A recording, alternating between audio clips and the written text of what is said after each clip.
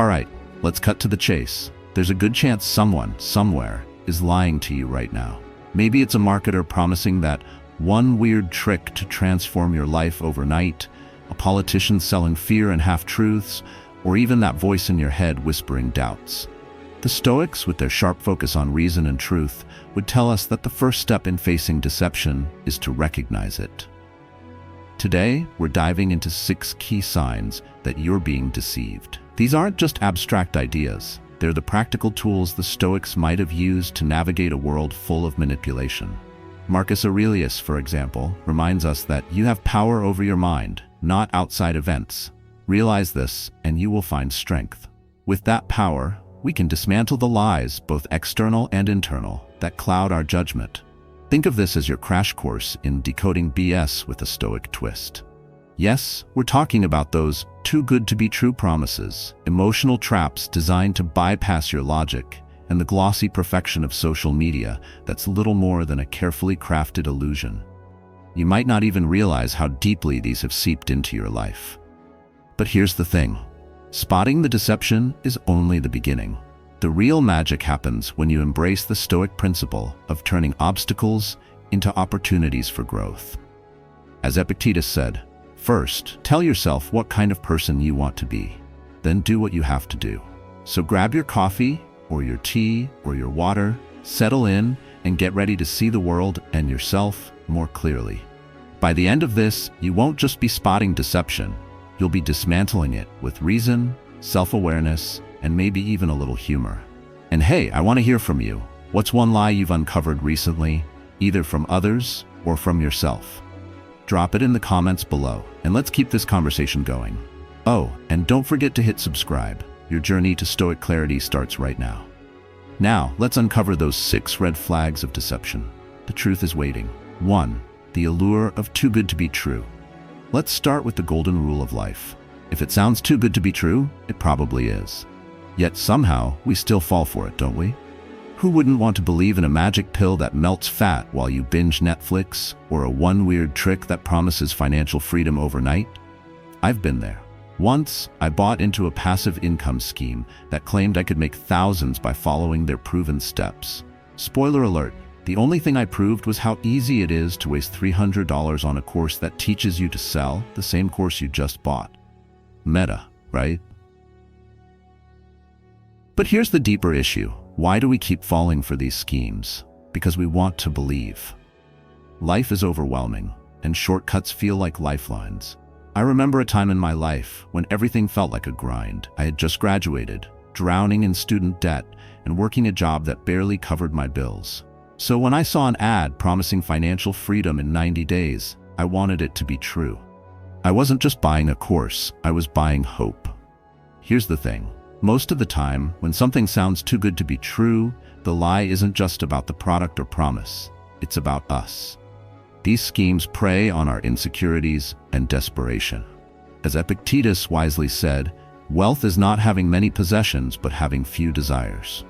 The real con is that they sell us on the belief that we aren't enough as we are, and that some magical solution will fix everything. So, how do we escape this trap? The Stoics would remind us to pause and reflect. Before jumping into the next shiny promise, ask yourself 2 key questions. Who benefits if I believe this? And what am I really trying to fix here? Marcus Aurelius emphasized that the best things in life, health, happiness, success, take time, effort, and resilience. As he put it, the impediment to action advances action. What stands in the way becomes the way. There are no shortcuts to what truly matters. And honestly, there shouldn't be. The growth happens in the effort, in the trials, and yes, in the mess.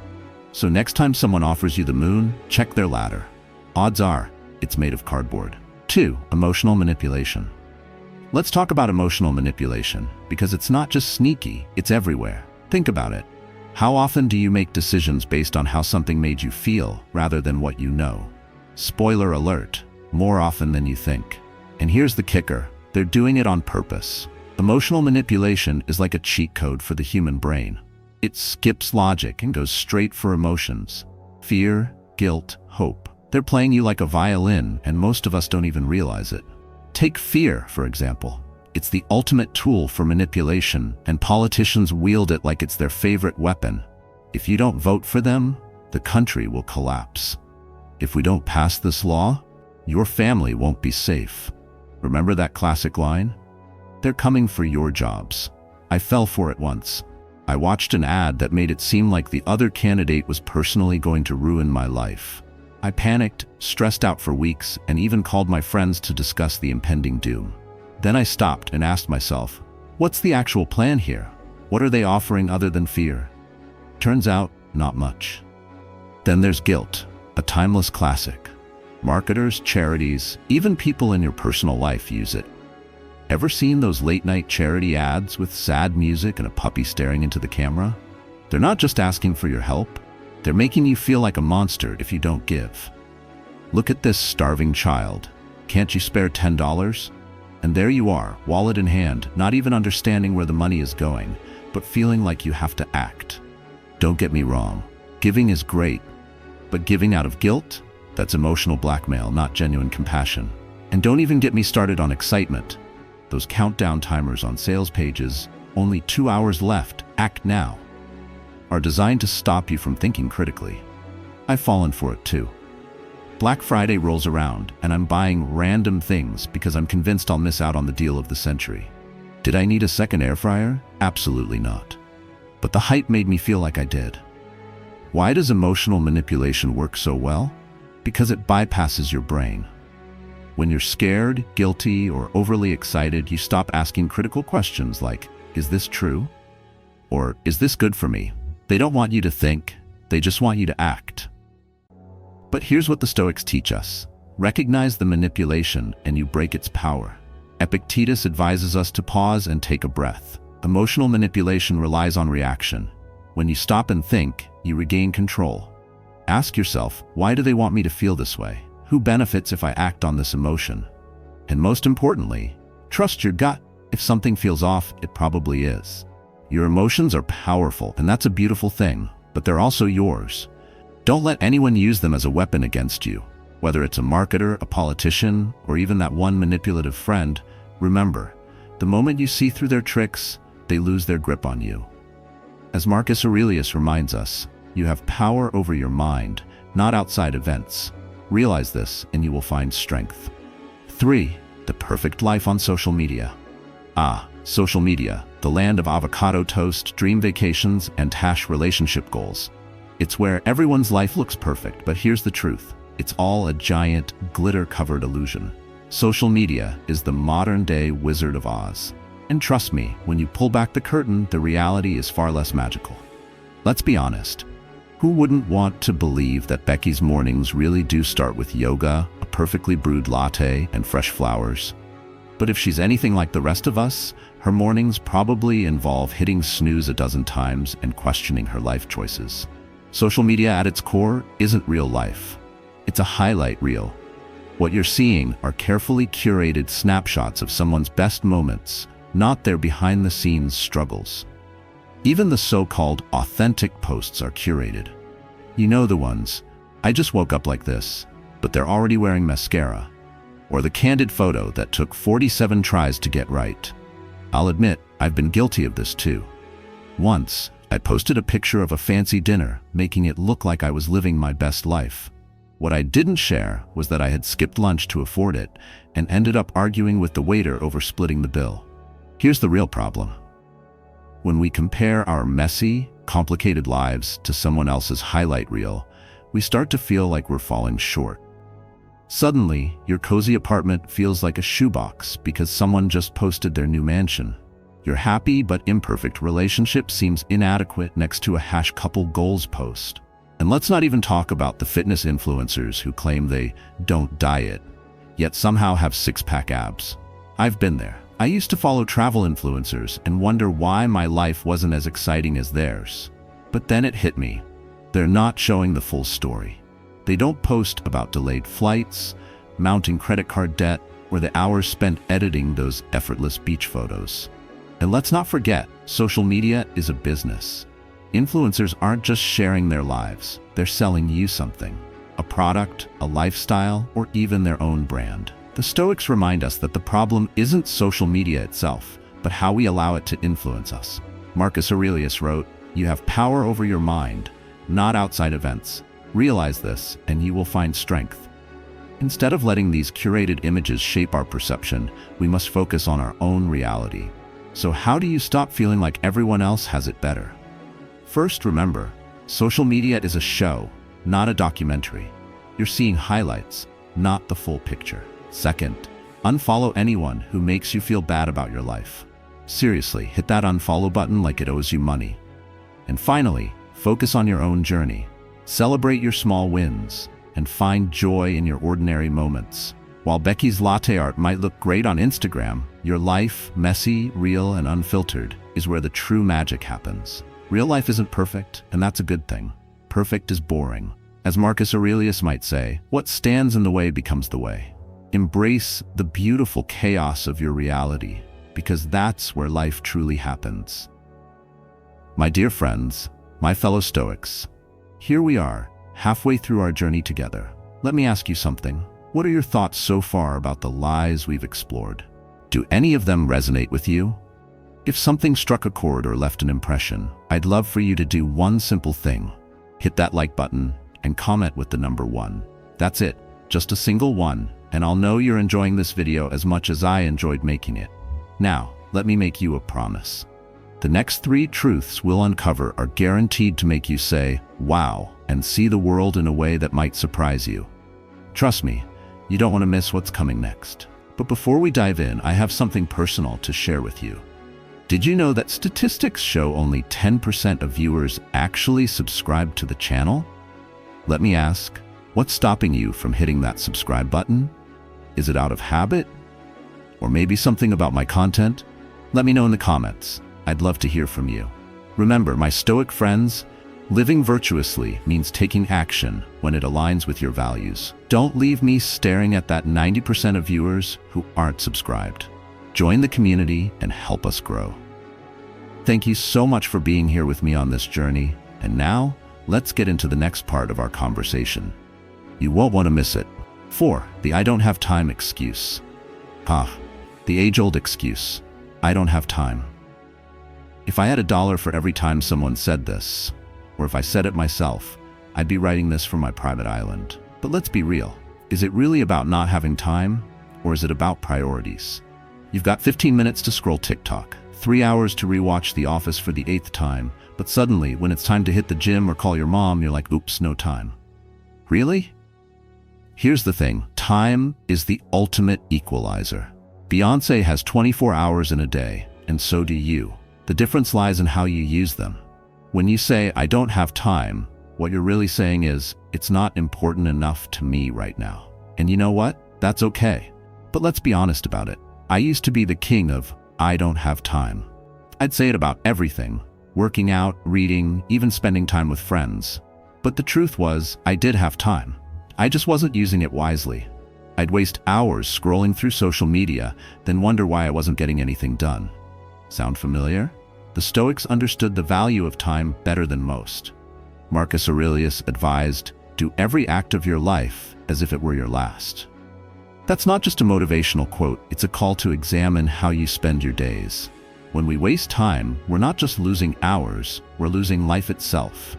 Sometimes, though, I don't have time isn't just an excuse, it's a shield. We use it to avoid things that feel overwhelming, uncomfortable, or hard. For example, when I said I didn't have time to work out, what I really meant was, I don't want to face how out of shape I feel. When we say we don't have time to chase our dreams, we're often avoiding the fear of failing at them. I remember when I kept telling myself I didn't have time to start Stoic with you. For months, I convinced myself I was too busy. But deep down, I wasn't busy. I was scared. Scared of looking stupid, scared of failing, scared of putting myself out there. Saying I don't have time felt safer than saying I'm afraid. So how do we stop using I don't have time as an excuse? Start by being honest with yourself. Ask, is this really about time or is it about something deeper? Then take responsibility for how you're spending your hours. If you've got time to scroll Instagram, you've got time to pursue your goals. And hey, it doesn't have to be a massive overhaul. Start small. Instead of saying, I don't have time to exercise, try, I'll take a 10-minute walk. Instead of, I don't have time to read, say, I'll read 1 page. You'd be amazed how much those little steps add up. There was a turning point for me when I stopped saying, I don't have time, and started saying, it's not a priority. It felt harsh at first, but it forced me to face the truth. When I said, I don't have time to call my family, I realized I was actually saying, I'm choosing other things over them. That hit hard. But it also made me change. Look, life is busy, no doubt about it, but the next time you catch yourself saying, I don't have time, pause and ask yourself, is it really about time, or is it about priorities? And if it's about priorities, what are you choosing instead? Because here's the truth, time isn't something you find, it's something you make. At the end of the day, none of us are getting more hours added to the clock. The question is, how are you spending yours? 5. It's too late. Let's talk about one of the biggest lies we tell ourselves. It's too late. Too late for what exactly? Too late to follow your dreams? Too late to start over? Too late to make amends? Here's the truth. It's never too late, unless you're trying to microwave last night's pizza for the 3rd time. In that case, yes, it's too late. This too late excuse doesn't just hold us back. It's downright toxic. It convinces us to quit before we even begin, crushing dreams with 3 little words.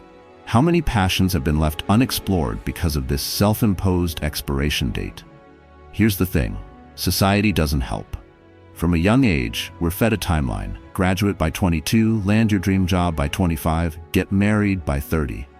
Fall behind, and people start looking at you like something went wrong. But Marcus Aurelius reminds us, the impediment to action advances action. What stands in the way becomes the way. Life isn't a checklist, it's a journey. So why do we fall for the lie? Fear. Fear of failure, fear of judgment, fear that starting over might be harder than staying stuck. Saying it's too late is easier than admitting, I'm scared to try. But easier doesn't mean better, it just means safer. And staying in that safe zone robs you of the chance to discover what could have been. I remember thinking it was too late to go back to school. I told myself I had missed my chance. Everyone my age already has a degree, I thought. But then I asked myself, what's scarier, starting late or never starting at all? Spoiler alert, I went back. It was one of the best decisions of my life. The truth is, too late is a myth. Think about Colonel Sanders starting KFC at 62, at Vera Wine designing her first dress at 40, or Morgan Freeman getting his big break at 52. If they'd believed it was too late, we'd all be missing out on fried chicken, couture, and some of the best acting of our time. When I started Stoic with you, I had similar doubts. The internet is flooded with creators. Who would care about my perspective? But then I realized something. The world doesn't need another version of someone else. It needs you. If I hadn't started, I wouldn't be here now, talking to you. Here's the Stoic reality. The only time it's too late is when you decide to stop trying. As long as you're breathing, you've got time to change, to grow, to create something amazing. The experiences you've had, good, bad, and ugly, make you uniquely qualified to succeed right now. You're not behind. You're exactly where you need to be to start. Marcus Aurelius said, you could leave life right now. Let that determine what you do and say and think. Life is short, yes, but that's all the more reason to act now. The clock is ticking whether you try or not. The question is, what are you doing with the time you have left? So next time you catch yourself saying, it's too late, stop and ask, what's the worst that could happen if I tried? And more importantly, what's the best? The only thing standing between you and your dreams isn't time, it's you. 6. Success looks a certain way. Let's tackle one of the biggest myths out there, the idea that success looks a certain way. You know what I'm talking about. The fancy car, the corner office, the six-pack abs, and the picture-perfect families smiling in holiday photos. Spoiler alert, that's not success. That's a marketing campaign. Apparently, if you don't own a yacht by 30, you've failed. My bad, I spent my yacht money on rent and avocado toast. Here's the thing, this cookie-cutter idea of success is a lie. It's a one-size-fits-all model that doesn't actually fit anyone, yet it's been sold to us since childhood. Study hard, get a good job, buy a house, start a family, retire comfortably, and voila, success achieved. But what if that's not what you want? What if you tick all the boxes and still feel empty? Marcus Aurelius reminds us, the happiness of your life depends upon the quality of your thoughts. Success isn't a straight line. It's a messy, zigzagging, sometimes upside-down journey. So why does this idea of success exist? Simple. It keeps you in the system. Banks, corporations, even social media platforms profit off your insecurities. They need you to believe success means a designer bag, a big house, or the perfect body. That way, you keep spending, striving, and scrolling, thinking, if I just have that, I'll be happy. Newsflash, you won't. It's like chasing a carrot on a stick. When you finally grab it, you realize it's plastic. What they don't tell you is that success is subjective. It's not about ticking off someone else's checklist. It's about creating a life that feels meaningful to you. For some, that might mean climbing the corporate ladder. For others, it's raising a family, starting a small business, or simply being happy in their own skin. And you know what? All of those are valid. I used to think success meant earning a six-figure salary and having an impressive title. But then I realized, I don't need a yacht or a penthouse to feel successful. What I need is freedom, connection, and the ability to create something meaningful, like this channel, Stoic with You. Once I figured that out, I stopped comparing myself to others and started building a life I actually love. But let's talk about the comparison game for a second. You scroll through Instagram and see someone with their dream job, dream house, and dream dog that looks like it was handpicked by angels. And there you are, eating ramen noodles at your desk, feeling like you're falling behind. But here's the truth. You're comparing your behind the scenes to someone else's highlight reel. You don't see their sleepless nights, stress, or sacrifices. And honestly, their version of success might not even make you happy. Marcus Aurelius wrote, "Everything we hear is an opinion, not a fact. Everything we see is a perspective, not the truth." Success isn't about how your life looks to others, it's about how it feels to you. So how do you redefine success on your terms? Start by asking yourself, what do I want? Not what society wants, not what your parents want, not what Instagram says you should want. What do you want? Until you figure that out, you'll keep chasing someone else's dream. And don't forget to celebrate the small wins. Maybe success for you is cooking a homemade meal, taking a guilt-free day off, or finally starting that side hustle. Whatever it is, own it. Because if it makes you happy, it counts. The truth is, success doesn't have a single face, a single path, or a single definition. It's as unique as you are. So stop chasing the life you think you're supposed to have and start living the one that's right for you. As Marcus Aurelius might say, you have power over your mind, not outside events. Realize this, and you will find strength. At the end of the day, success isn't about money, status, or likes. It's about feeling fulfilled, being proud of who you are, and living a life that makes you excited to wake up in the morning. And there you have it. 6 signs that you might be getting deceived and how Stoic philosophy can help you cut through the noise. If you've made it this far, congratulations. You're already on your way to sharpening your awareness and living life on your own terms. Remember, the world is full of people trying to sell you something, whether it's an idea, a product, or even a lie. But you have something they can't take from you, your own mind. So use it. Question everything, trust your gut, and don't be afraid to rewrite the script when something doesn't feel right. As Marcus Aurelius once said, you have power over your mind, not outside events. Realize this, and you will find strength. This life of yours, it's messy, unpredictable, and sometimes downright confusing. But it's also beautiful, full of possibility, and worth fighting for. Don't let fear, comparison, or someone else's version of success keep you from living authentically. Your story isn't over, and the pen is still in your hand. Write something epic. If this video made you think, laugh, or reflect, let me know by hitting that like button. Share it with someone who might need to hear it, and don't forget to subscribe to Stoic with You for more real, honest, and sometimes slightly uncomfortable conversations. And before you go, I want to hear from you. What's one lie you've uncovered recently? Drop it in the comments below. Let's keep this conversation going. Thank you for spending your precious time here with me. Stay curious, stay bold, and most importantly, stay true to yourself. I'll see you in the next one.